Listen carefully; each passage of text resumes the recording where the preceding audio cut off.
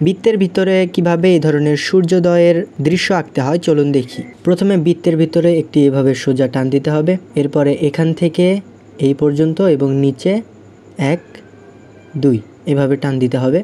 এই সাইডেও একইভাবে এখান থেকে এইভাবে এবং এখানে 1 2 পাহাড় এবং নদী একসাথে হয়ে গেল। এখন এখানে এইভাবে এটি হচ্ছে সূর্য এবং এই দাগগুলো ডাবল করে দিলেই নদীর পার হয়ে গেল এগুলো এইভাবে। এরপরে এই সাইড দিয়ে দূরের গাছপালা আঁকতে হবে এবং এই সাইডেও একইভাবে। এরপরে সূর্যের রশ্মি আঁকবো এইভাবে, একটা ছোট একটা বড় এইভাবে।